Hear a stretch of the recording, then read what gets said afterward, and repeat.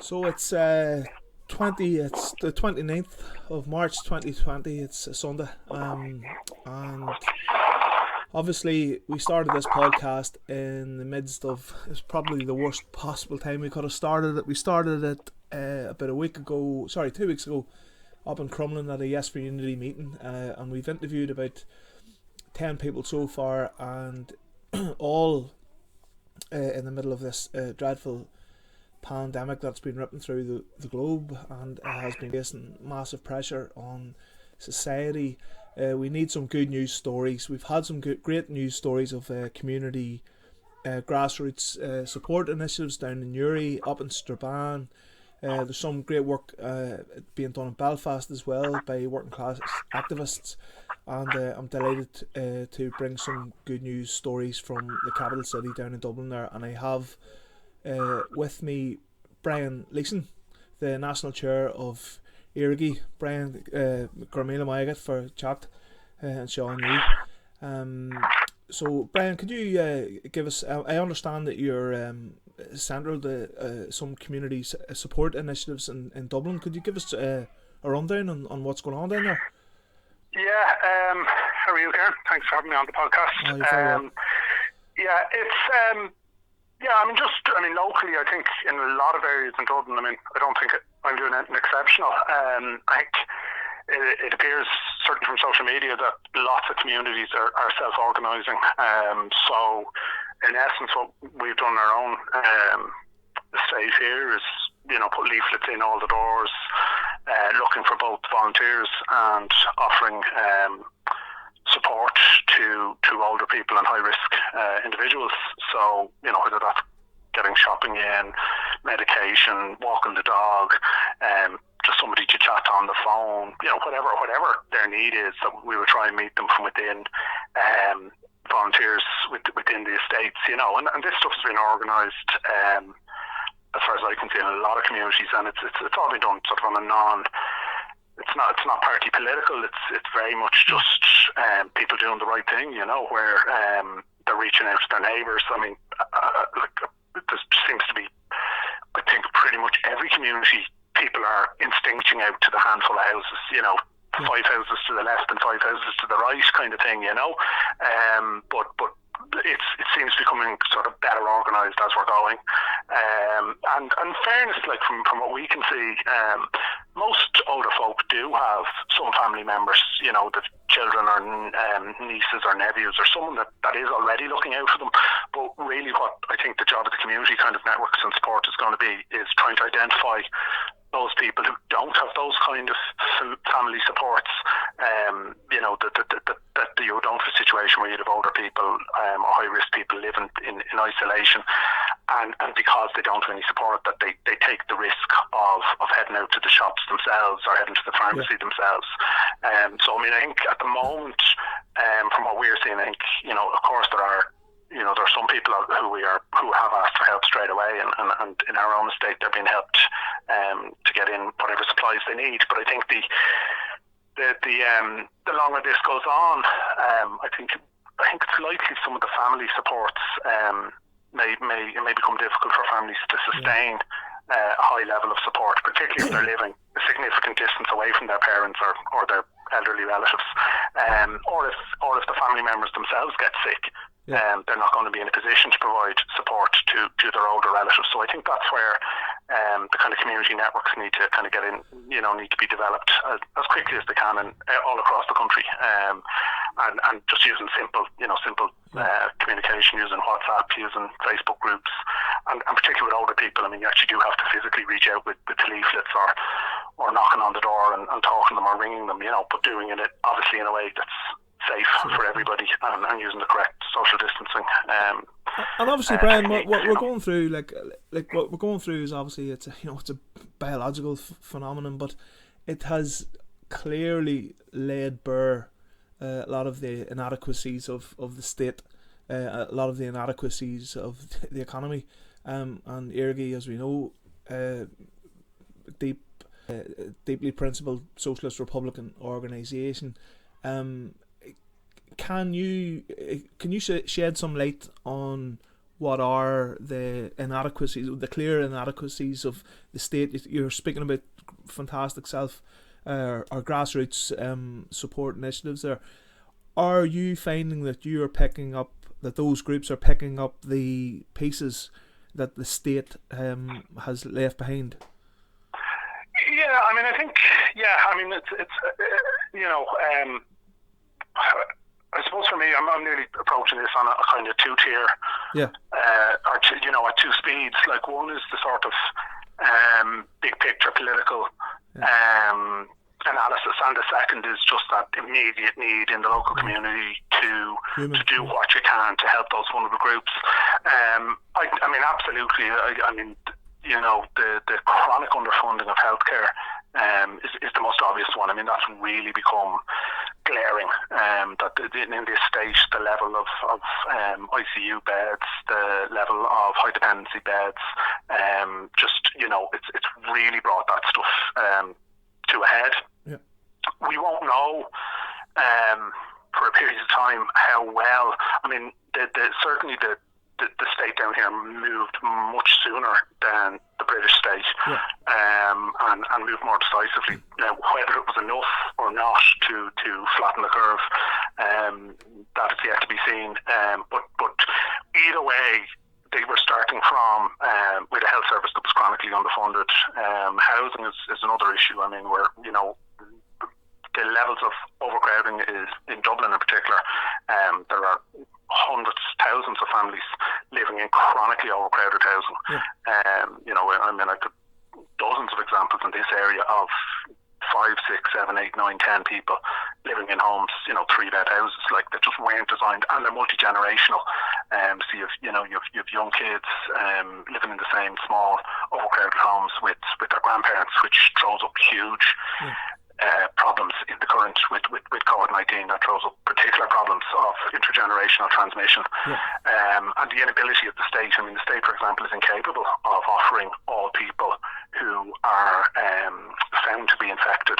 It's incapable of offering them a place to isolate. So what they've done is had to resort to this self-isolation, which in essence, I mean, even the lockdown here that was announced 2 nights ago, they were absolutely explicit that what they're attempting to do is push the virus from the community into the homes. That's fine if you're in a 3 or 4 bedroom house with ensuite bathrooms. You have some possibility that you would be able to self-isolate in an effective way without transmitting the virus to everyone else in your home.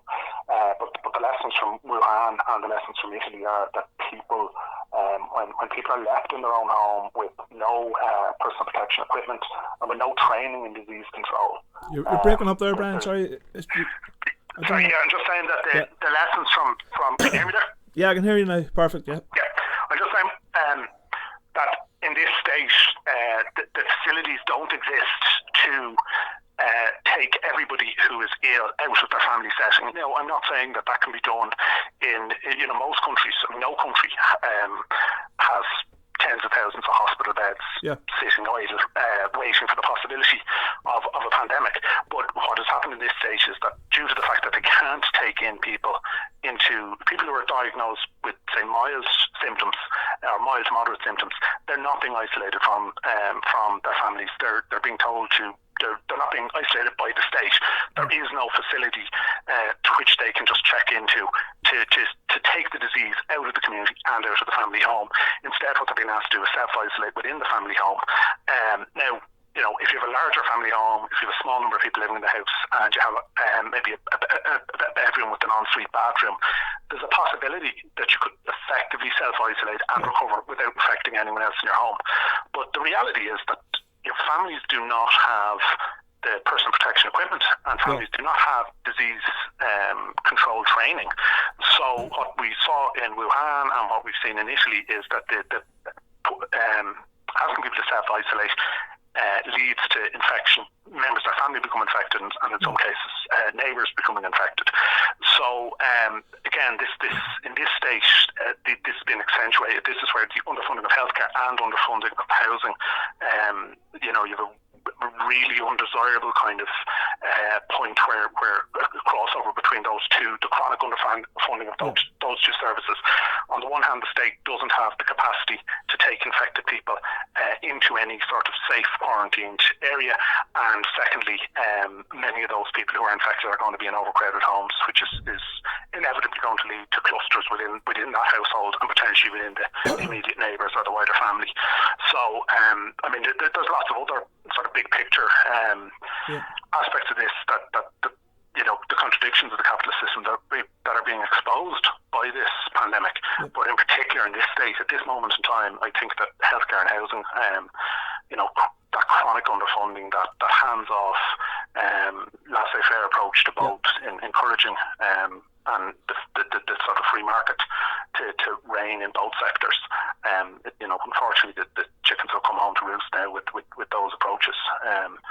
Again, we won't know until we're at the end of this as to what the actual impact was. But I mean, any analysis at this point in time, any analysis would suggest there's going to be more people are going to get ill and more people are going to die because of the last decades. In fact, I mean, it's not the last year or two. Can we talk about the delay? I want to talk about the delay, because I think when history looks back on this, we're all going to remember the delay. I think, and what really jumped out at me, and obviously I'm in the north, but in the 6 counties, but it was the total public frustration, and I could see it. You could see it in the 26 counties as well online when you're watching what was going on. The total frustration at the inaction of the state to spot the obvious. Again, as I said, I mean, I do think this state moved.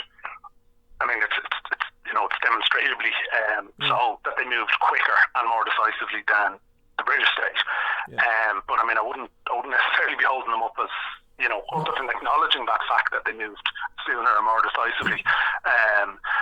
I think that they're already, you can see a number of quite inexplicable errors or decisions, or perhaps lack of decisions.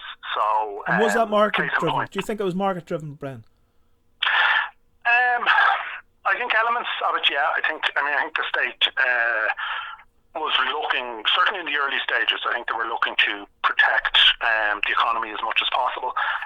Again, I mean, if we were living in a socialist utopia, we do, we'd be faced with the pandemic. These are the balances, the calls that need to be made. But there was elements to it that, again, a lot of this is speculative. It's we're attempting almost to write history as history is occurring, but my sense is that there were critical decisions made here. I would suggest that some of it may relate to the levels of foreign direct investment in Dublin.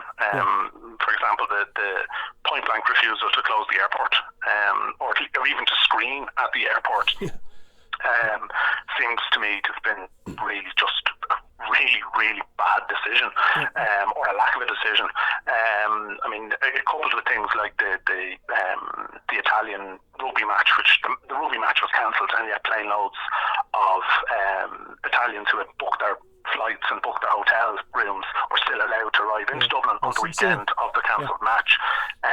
Again, I mean, I don't think the tracing is sophisticated enough in this state to state with absolute fact that there was significant transmission from the Italians arriving into Dublin over that weekend.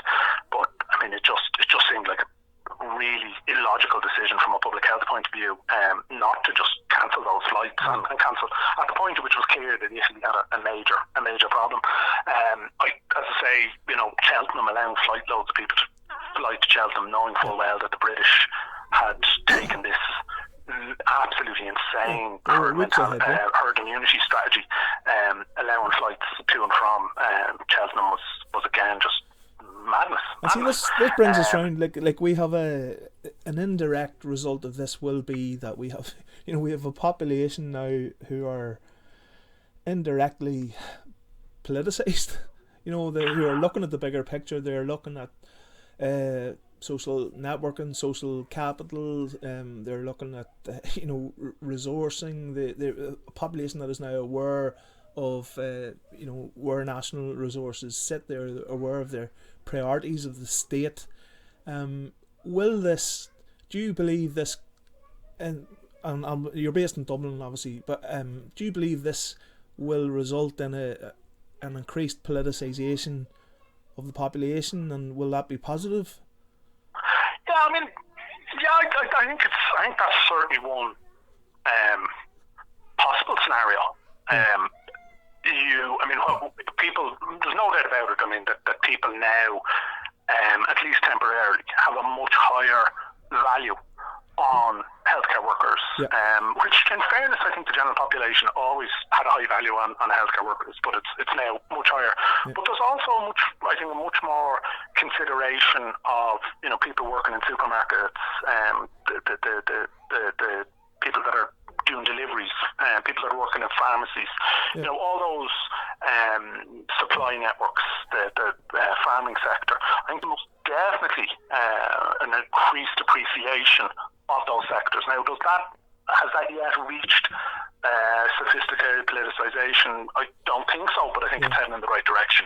I think there's most certainly people are asking questions around supply lines, emergency planning, the inability of the state to deal with an emergency, the lack of preparedness for this, for a pandemic, despite the fact that all sorts of international organisations and scientists and immunologists and virologists and have all been screaming since the SARS outbreak that a pandemic was coming, and it's not for the like of me or you to make provision for that. It's not that is the kind of thing that is a core responsibility of any state, to make provision for the occasional.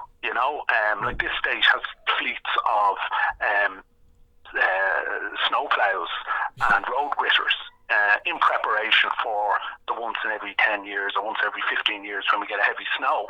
They lie idle, they lie in warehouses the rest of the time, but they're there because we know that we occasionally get heavy snow in this country.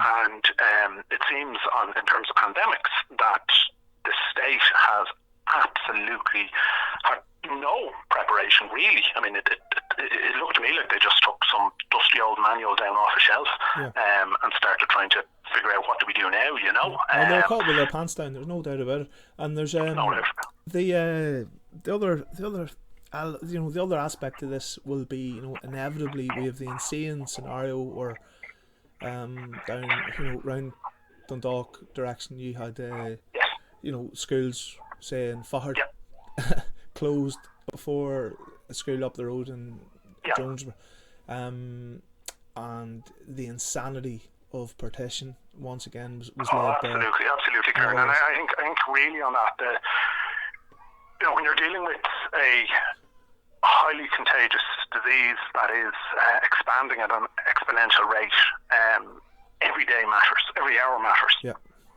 And particularly for Britain, again, the statistics, it's just too early to tell on some of these things.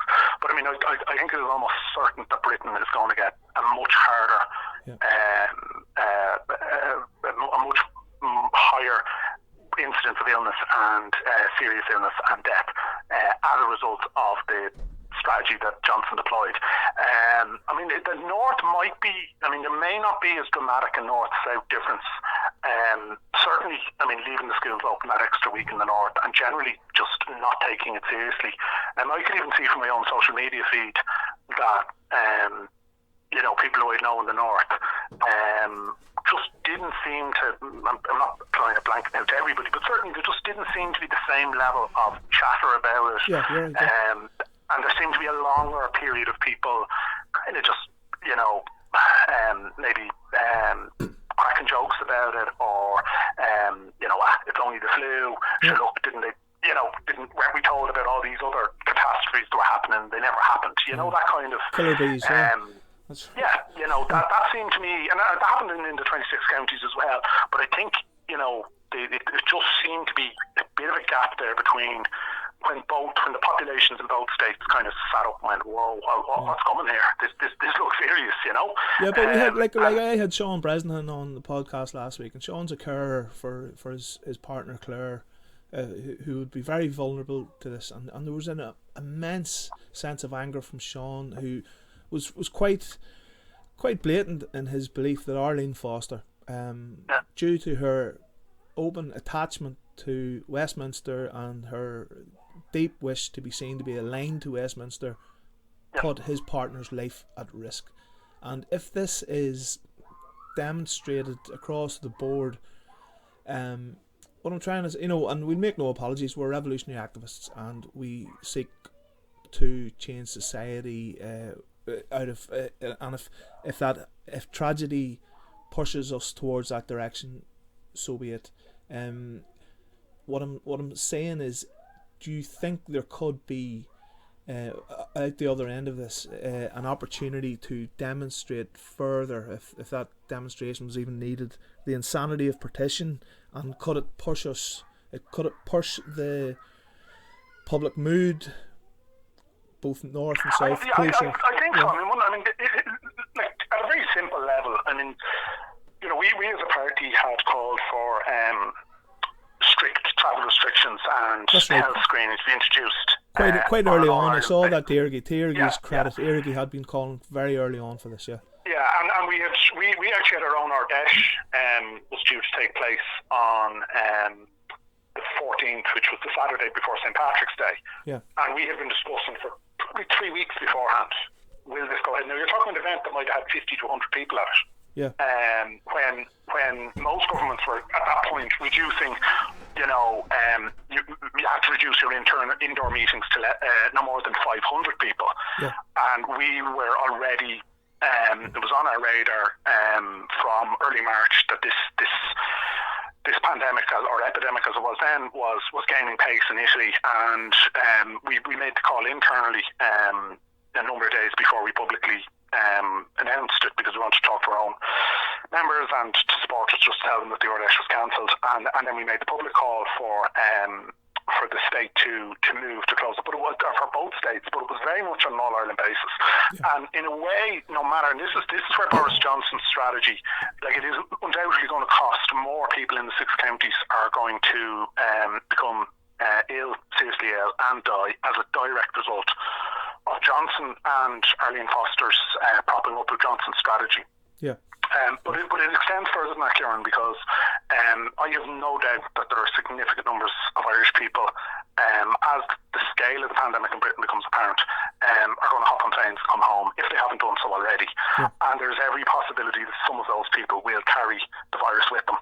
And if a significant, it may not happen, but if it appeared that north-south there was greater levels of safety or better control of the disease in the south, you may find people from the 6 counties moving south to try and avoid the worst aspect of it.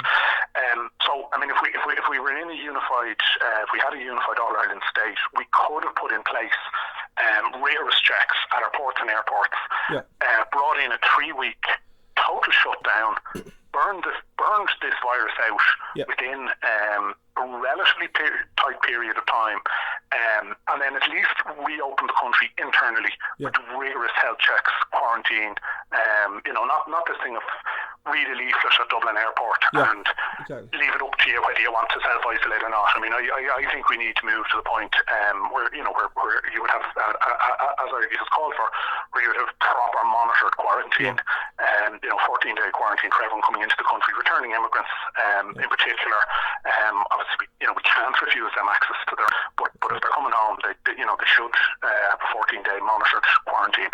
The problem for the south, for the 26 county state, to try and can't do that because of the land border, and shouldn't attempt, under no circumstance should attempt to shut the border, not least because it's not physically possible to do it, but even morally and politically it would be wrong to do that. So it isn't simply that the damage from the Johnson-Foster approach is going to be felt in the north, it's also going to be felt in the south. I spoke to Jim All, funny enough, last night was Saturday night, and I spoke to Jim All. Jim was one of the hooded men, and he made that exact point. He said, why the hell are Republicans not calling for the ports with Britain to be closed, monitored, on all this? And even from a unionist perspective, okay, if you look at, for example, with Italy, Italy created red zones. I think as far back as the 22nd of February, I think they created their first red zones, which were around sort of real hotspots that had popped up, relatively small. I mean, I think there were maybe 50,000 people in the red zone, but it was a strict controlled zone. Yeah.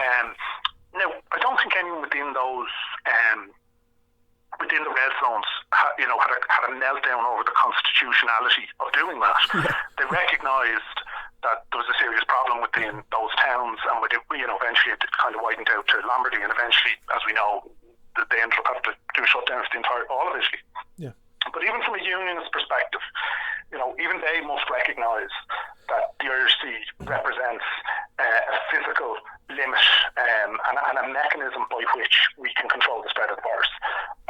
So, I mean, you may get, different. I mean, you look at in the United States, for example, different regimes for example, operating in New York at the moment versus what's operating in the Midwest. But again, nobody's seeing that as a constitutional crisis, and maybe unionists, if only in their actual physical self-interest and in the interest of their parents and their grandparents. Yeah. And we know that the demographics tell us the unionist community is a particularly aged community. Yeah. That even for this one, it would make sense for them to accept an all-Ireland approach to this and close the borders, close the ports, and let's do, a 3 or 4 week shutdown. Try and create spaces. I mean, this is the approach that was eventually taken in China. What you do is you create large isolation hospitals. I mean, even calling them a hospital is nearly too grand a term. I mean, essentially, they've started to do it here now. The City West Hotel in Dublin has been converted into, I think, 750 beds, I think it is, that will now be available to people who are who are infected and are unable to self-isolate in a way that's realistic within their own home. They don't have to be sick. I mean, they can be, displaying mild enough symptoms, mild to moderate symptoms, and the state essentially is going to try and provide them with beds where there'll be some level of medical monitoring of the situation, but most importantly, it takes them out of their family homes. So, I mean, if we created, thousands of those type of setups, did the full proper rigorous Wuhan type lockdown as opposed to some of the more casual type lockdowns for a period of say 3 weeks, the virus would struggle to survive. It really would, and within that put in rigorous controls around movement within the country as well. And again, for movement out of Dublin, for example, Dublin appears to be a real hotspot, and I think that needs to be looked at. And so I think the idea of worrying about constitutional borders is out the window at this point. I personally would have no problem with cities or towns or villages being locked down if that slowed the spread of the virus, and I wouldn't have a constitutional meltdown about it that somehow represented a usurping of the Republic if Dublin was operating at a higher level of lockdown than a village in the west of Ireland that had no cases, so I think that even the unionists potentially could buy into that sort of a model where you just you recognise there's a physical barrier around the entire country, which a lot of other countries with land barriers or with land borders with other countries don't have that ability to essentially to be almost certain that people can't come across. You said something earlier that you said something earlier, Brian. Sorry for interrupting. You said something earlier that really it jumped out at me. You spoke about the break to the laissez-faire attitude of the state in the south, right? So you have all these Fine Gaelers, free market, laissez-faire thinkers, right? Suddenly having to implement big society. Suddenly we're all in it together, Now, one of my worries is that when this passes, they will have to, really double down to demonstrate that actually there's no society anymore. And I mean, any of us that are over, say 30 years of age or thereabouts, remember that a lot of the mood music sounds very similar to the bank bailout in 2008. So this is sort of twice in less than one generation that capitalism has faced a major crisis. One was purely purely, I suppose, economic. The other is a public health crisis, but it has triggered an economic crisis. So ultimately, we're dealing with two economic crises within a sort of 12-year window. Yeah. And in both cases, it's put on the green jersey for Ireland. Yeah. And in both cases, we're going to see huge levels of public debt being run up. And if they have their way, they will do as they did with the banks, that we will be told there's going to be a new politics and things will never be the same again and we'll never make the same mistakes again.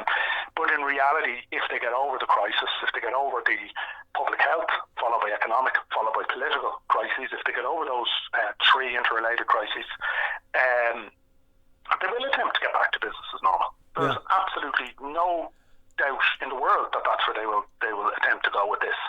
And that is the challenge for the left. I think, there's an opportunity here. A lot of people are sitting at home, a lot of people are reading social media, a lot of people are listening to podcasts and watching videos, so there is an opportunity. To some extent, we have a captive audience now, where people can be introduced to new ideas and encouraged to become active both in sort of the apolitical, or should I say non-political community, just the immediate humanitarian community response to what's going on around them, but also to get encouraged in a wider political movement to ensure that we don't just go back to how things were. At this point in time, as best as I can see, estate agents and developers and bankers and all of these other sort of captains of industry and pillars of the economic and political establishment, where are they?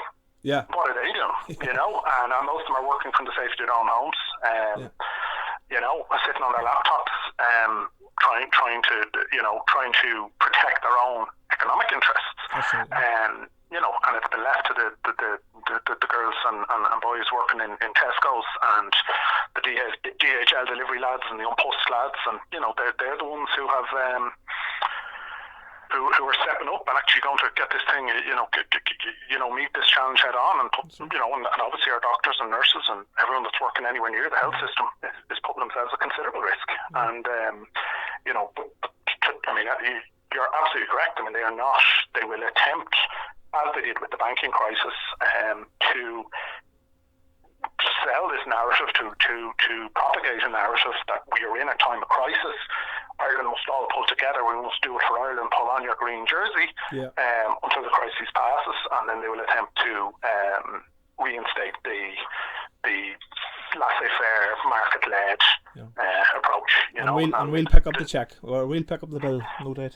Yeah. Well, this state. Here we went into this crisis with this state went into the crisis in 2008 with a debt of was averaging in around 40 to 45 billion for the 4 years leading up to the 2008 crash, and now it's sitting at somewhere about 200 to 210 billion as of the end of 2019. So we moved from 40 and odd to 200 and odd billion euro of debt, and there's no doubt about it that it is going to be tens of billions more on top of it by the time we come out of this one. So while we are in unprecedented times, and it feels very scary and so on. The political establishment knows they have the shock doctrine. They even if they were reeling for a couple of weeks at the start of this, within the next number of days or next couple of weeks, the advocates for the shock doctrine will be whispering their words into the ears of decision makers in this state, and no doubt in the British state, that this represents an opportunity for them to deliver widespread economic inverted commas reforms, as they have done. There hasn't been a crisis in the last 30 years anywhere in the world that wasn't exploited by capitalism and forces of conservatism to mould the world in the way that they want it, and that's a huge challenge for us.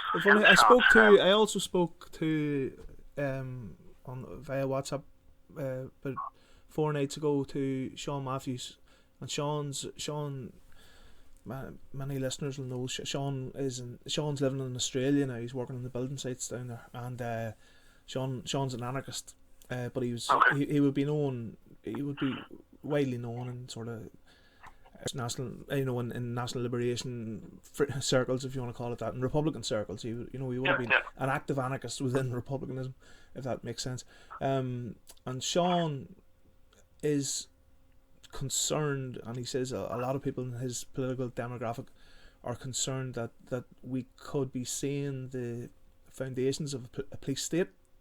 Brian, concerns? I mean, this is of course where the different global approaches are kind of you're having intersections of practical rollout of strategies to combat the virus, combined with much bigger kind of political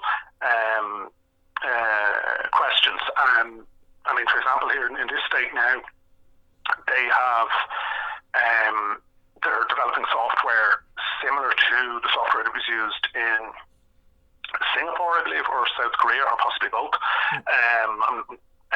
which essentially is a form of tracking, an app that people would download to their phone, and if they become infected, it would have tracked all of their movements very, very rigidly and tightly, and everyone else who had that app will then be alerted. So, for example, if I went to my local supermarket of a Tuesday and felt unwell of a Thursday, got tested and was confirmed to have the virus, this is my understanding how this software works. Anyone else who was in the same supermarket as me at that time would be informed that someone who is now proved to have the virus was in the supermarket at the same time. You were there. Be aware of this. If you start showing symptoms, you need to isolate, and so on. Now, the Chinese, I mean, when you look at the Chinese strategy, big data was a huge part of it. Absolutely. Massive part of their strategy. Every individual had a mobile phone, and they had a colour-coded system, a green, amber, red system, and every time you went in and out of your apartment, you had to present your phone, you had to log that you were on the move, and the phone essentially would tell you where you were allowed to move and when you were allowed to move. And that was tied into the Chinese CCTV facial recognition systems. Now, for libertarians like your friend in Australia, and for a lot of people, I suppose, would have real concerns about that kind of level of surveillance getting a foothold within our own society. So yeah, it does. I mean, at the same time, like a lot of these emergency measures, if it actually is needed if it was effective in countering the virus, if it's necessary to counter the virus, we may need, people may need to suck it up for a period of time. But again, if such a system is introduced, if legislation is brought in to facilitate that kind of system, will there be a sunset clause? Will it be legislation that will become defunct after 6 months or 12 months? At the moment, they're probably at a practical level, given the strength of radical forces in Ireland. That's probably the most that you can do, is that as this legislation is brought in, that it is very much framed within it being emergency temporary legislation. In a crisis like this, it would be very easy for authoritarians or people who might have an inclination to head in that direction, to introduce legislation without any sunset clause, and then they have these powers permanently. But yeah, it's absolutely there's unprecedented powers, both the cops in the south and the north, but certainly and in Britain, across Europe. I mean, they've been given unprecedented powers over the in the space of weeks. I mean, this is amazing how quickly things that we were told could never be done have been done. We were told you couldn't have rent freezes. It was unconstitutional. Well, we have a rent freeze now. We were told that evictions, that you couldn't put a ban on evictions. We have a ban on evictions, and introduced lightning speed. It's quite incredible to watch. In this, I'm watching this state obviously more closely because I'm living in it. But the speed at which the state, and there are aspects, and I'm not putting this as any praise or throwing garlands of flowers at Leo Varadkar or any of the other political leadership, but at a organisational level, from the guys working in Dublin Fire Brigade to our nurses working in healthcare, all across society, people are making huge changes to their work practices without dispute, without demanding more wages, without demanding negotiation. Hundreds of thousands of people are collectively moving to do what needs to be done. And I think that is hugely encouraging for just as a simple statement about humanity. I think what it's showing is that idealism is possible. Yeah. Idealism can be done.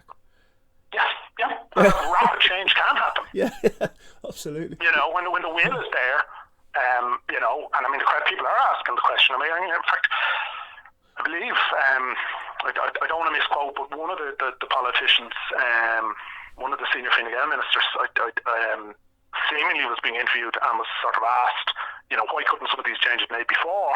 And essentially said, because we're now in a crisis, which, of course, really exposed what they thought of the situation vis-a-vis housing and the situation vis-a-vis healthcare up until now, that these were not crises because they didn't respond in the way that one would respond to a crisis.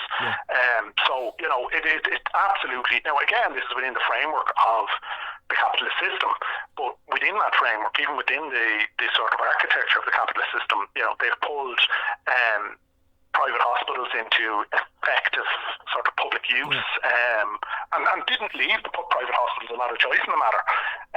They were told they were coming into they would be at the disposal of the HSE in this state. I've no doubt they'll be financially compensated for that, but we're seeing movement at a structural level, which really is phenomenal. And as I say, I would, I tend to, to try and find the good in things, and I think that this just is massive. And coming back to the start of our conversation, the grassroots, instinctively neighbours looking out for neighbours, GAA clubs, are becoming very sort of centrally involved in a lot of communities. That pre-existing kind of community structures are adapting to putting in place ad hoc networks to make sure that nobody is left behind.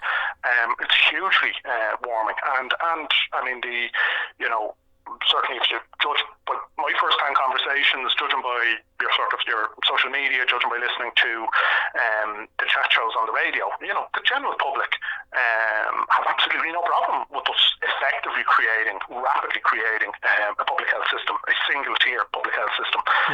They love it. And there's opportunity. I was going to bring that. I was just going to bring it to an end on that. There, what you've basically concluded yourself. Reasons for hope. Brian, reasons for hope in all this, yeah. I think, and I mean, I do believe. I mean, the history tells us that the human species is hugely innovative.